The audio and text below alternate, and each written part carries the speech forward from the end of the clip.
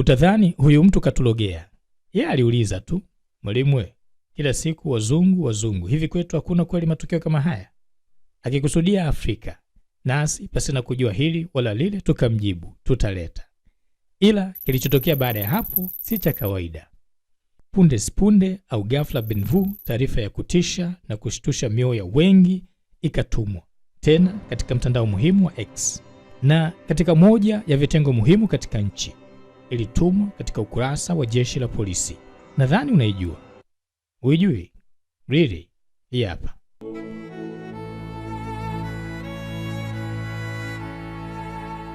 Rais Samia Suluhu Hassan hatunaye tena.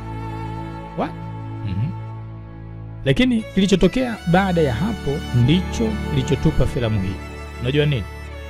Wakati watu wakijiandaa kulia na kuchochea machozi yao na wengine wakiwa bize kutafuta kaniki zao walikoziweka kwa ajili ya kwenda maombolezo, ile taarifa ikafutwa na badala yake ikawekwa nyingine ambayo inakana taarifa ile. Wanankei chap wakaelewa. Kodi sio sherehe yao, bali ni ya hao wanaotumia kodi kama silaha ya kuwaliza watu. Lakini swali linabaki hapa. Nani kafanya tukio hili? Nani kafanya tukio hili? Je, ni Watanzania wenyewe au ni wageni? Na je, ni watu wa mbali au karibu?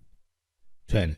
Kujibu swali hili kuna nadharia zaidi ya moja. Nadharia ya kwanza inasema ni Watanzania wenyewe ndio waliofanya tukio hili. Na kutokana na uzito wa palipodukuliwa, tukio hili bila shaka halimuhusu raia wa kawaida. Yaani ni mmoja kati ya hao wenyewe. Inawezekana kweli? Serikali muda mwingine inaweza kutengeneza tukio kwa lengo la kupitisha tukio au amri fulani. Lakini kwa nini tuseme hivi? Kwa sababu kilichotokea baada ya hapo ndicho kinatupa wasiwasi. Nini? Njoo tuone. Makonde baada ya tukio alisikika akisema, mimi naona mtandao wa X ufungwe tu. Makonde, subiri kwanza. Unajua X ni mtandao wa kidunia. Hii ina maana kuna watu katika nchi yetu wako kule. Na kubwa zaidi, mtandao huu ni kijiwe cha viongozi wote duniani. Yaani ndo kempu yao. Na hii inamaanisha ukitaka taarifa ya ukweli kuhusu kiongozi wa nchi fulani utaipata kule. Kwa maana kufunga mtandao huu wa X ni kufunga moja ya vyanzo muhimu vya habari kwa wanahabari wetu. Ukiachia mbali watu ambao wana harakati zao kule. Lakini hebu piga picha kama bado hujaelewa. Kama itatokea akaunti iliyoko Facebook ikadukuliwa, je, tutafunga na Facebook? Aingia akilini eti?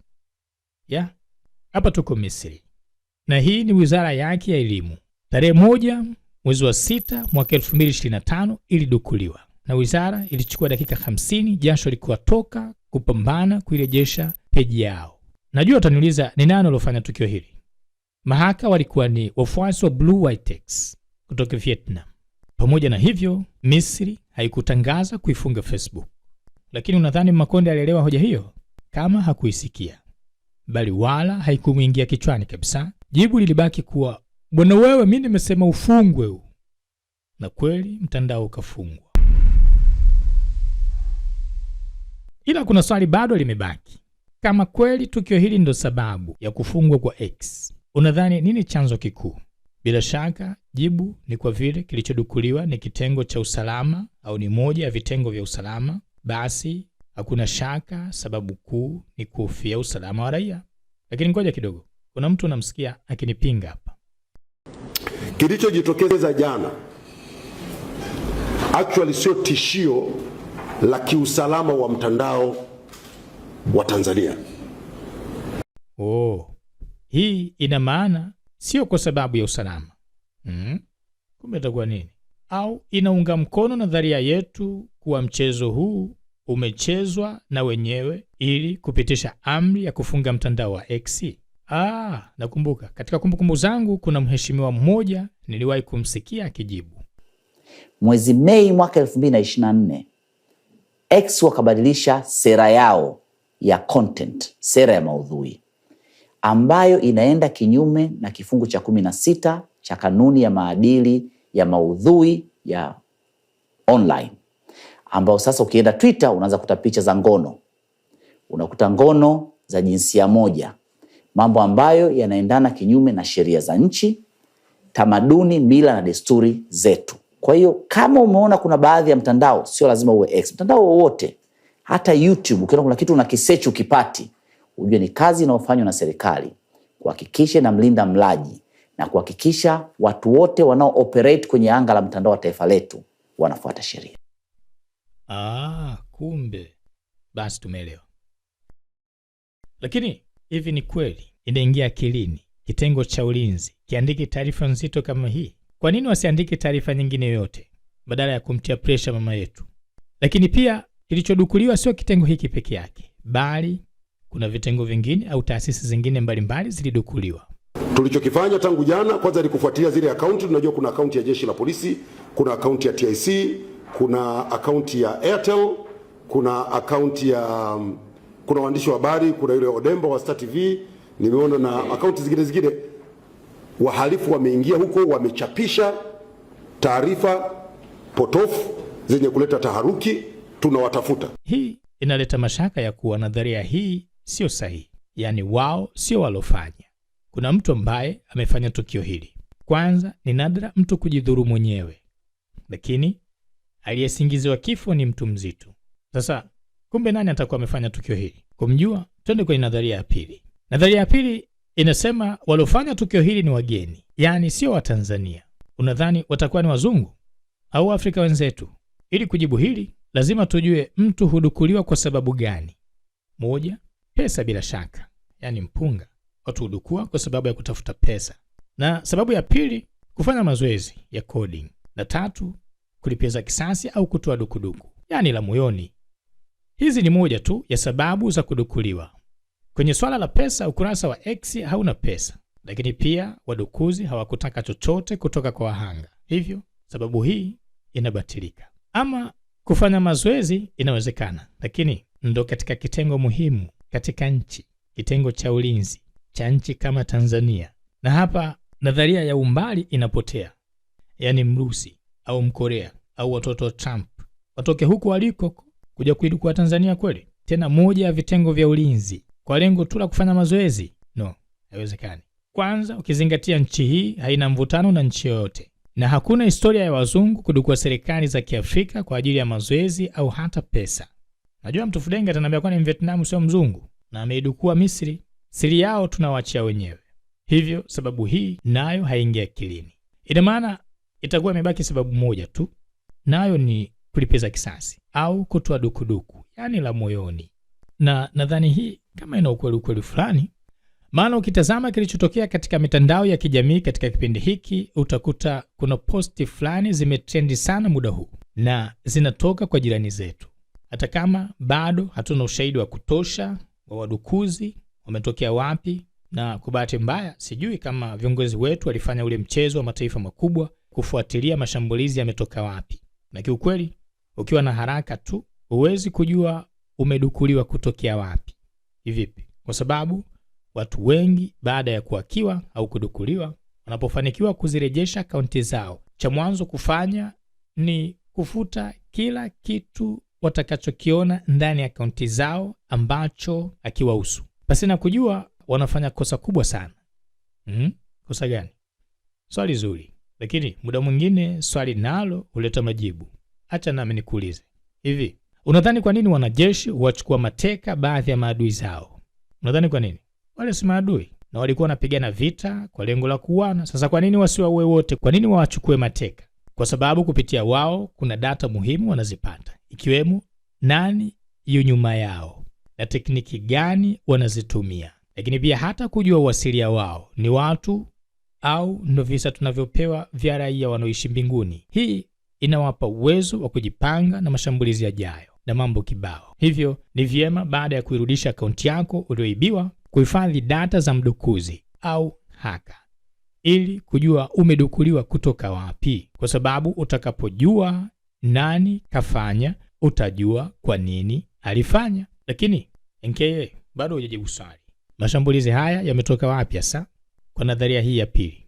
Vizuri, vidole vingi vimeelekea Kenya kwa mashemeji zetu maana na uhakika tumeoleana, na hasa kwa hawa wanaoitwa Gen Z. Unajua Gen Z ni nani? Ni kizazi cha vijana waliozaliwa miaka ya 90 kuendelea mpaka mwaka 2012. Wameunganishwa hasa na mambo ya teknolojia. Haijalishi wako Kenya au duniani kote, ila kwa vile wa Kenya wanatumia sana msemo huu, ukisema Gen Z wengi wanajua ni vijana wa Kenya.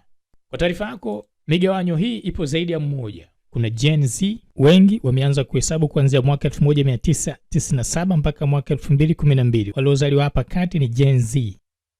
Na kuna watu wanaitwa millennia ambao wamezaliwa miaka 1981 mpaka mwaka 1996.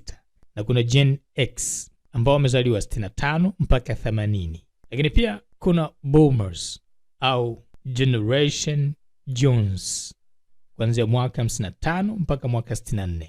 Haya ni majina, sikuchanganya. Wao wameandika, yana faida yote. Gen Z ni vijana wa kileo, tuseme wa kidijitali. Lakini kwa nini tunasema hivi? Tazama hii video. For example, juzi wakati Tanzania walifanya mchezo na ujinga kukamata our expert. Mwanafunzi mmoja peke yake wa Kenya, mwanafunzi, sio mwalimu, sio mwananchi kama mimi, mwanafunzi, just a student, akahack mtandao wa Tanzania mzima, akahack mtandao wa kiserikali. Pamoja kuwa video hii nayo sio ushahidi wa mwisho, zote ni nadharia tu. Majibu kamili yatatolewa na mamlaka husika baada ya upelelezi wa kina. Lakini hivi unajua kuwa nadharia hii ya mwisho, hii nadharia ya pili, hii ya kuwa tumehakiwa na ndugu zetu wa karibu au ni watu ambao ndio wametuhaki, inafichua vitu vya uvunguni? Kivipi? Tukisema akaunti ya X imedukuliwa, kuna maswali yanatakiwa kujibiwa hapa. Je, wadukuzi walidukua mtandao wote wa X au akaunti yako tu? Ili kulijibu swali hili, acha turejeshe siku nyuma mpaka siku ile ya tukio. Na kama tunavyoona, tunakuta mtandao wa X ulikuwa unafanya kazi vizuri tu, tena haukuwa na bagi yoyote. Hii ina maana kilichodukuliwa ni akaunti binafsi ya mtumiaji mmoja wa mtandao huu wa X. Sasa unajua ina maana gani? Jibu lake linatisha kidogo. Uko tayari kulipokea? Hii ina maana ni kosa la mtumiaji husika. Kiraia tunasema ni uzembe binafsi.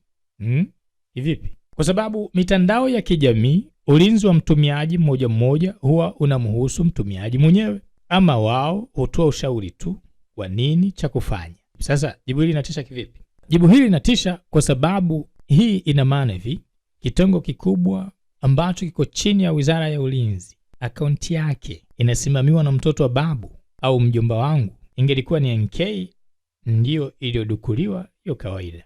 Lakini kitengo ndani ya Wizara ya Ulinzi, hatupingi. Wanasema maisha ni kombolela, na madamu wewe umebutua mpira, basi familia yote lazima ijikomboe. Ni akaunti ambazo taasisi hizi kupitia maafisa wake wengine wa ngazi za chini wanaweza kutumia hata simu ya mkononi kulogin kwa ajili ya kufanya habari mbalimbali za taasisi. Kwa zile taratibu zao za kiusalama zilikuwa si thabiti na ikasababisha kuweza kuingiliwa. Lakini wana NK tunashauri, katika ulimwengu wetu huu wa coding, hakikisha unamwekea mjomba wako huyo japo mwana NK mmoja ambaye anaelewa mchezo unavyoenda katika ulimwengu huu usioshikika. Na sio lazima awe mfanyakazi wa kudumu, hata wa kufanya check up tu siku moja moja, ili kuweka ulinzi madhubuti. Usione aibu. Huu ni ulimwengu mwingine. Wa ulimwengu wako huo wa kuvaa kombati, ama huu ni ulimwengu mwingine kabisa. Watu huku watuvai kombati, huku watu wanakoki kibodi, mausi, wanafumua. Angalia, sisi tumetoa nadharia tu vile tunavyoona kwa mujibu wa kodi. Video hii sio ushahidi, bali ni trailer fupi la nini kilitokea siku hile mama yetu alipoamka na kujikuta anapewa pole za kifo wakati bado yu hai. Hajawahi kutokea eti. Tuambie, unaunga mkono nadharia ipi? Unataka kuwa mtaalamu wa kompyuta? Jaza form. Njoo uwe more than professional. Asanteni.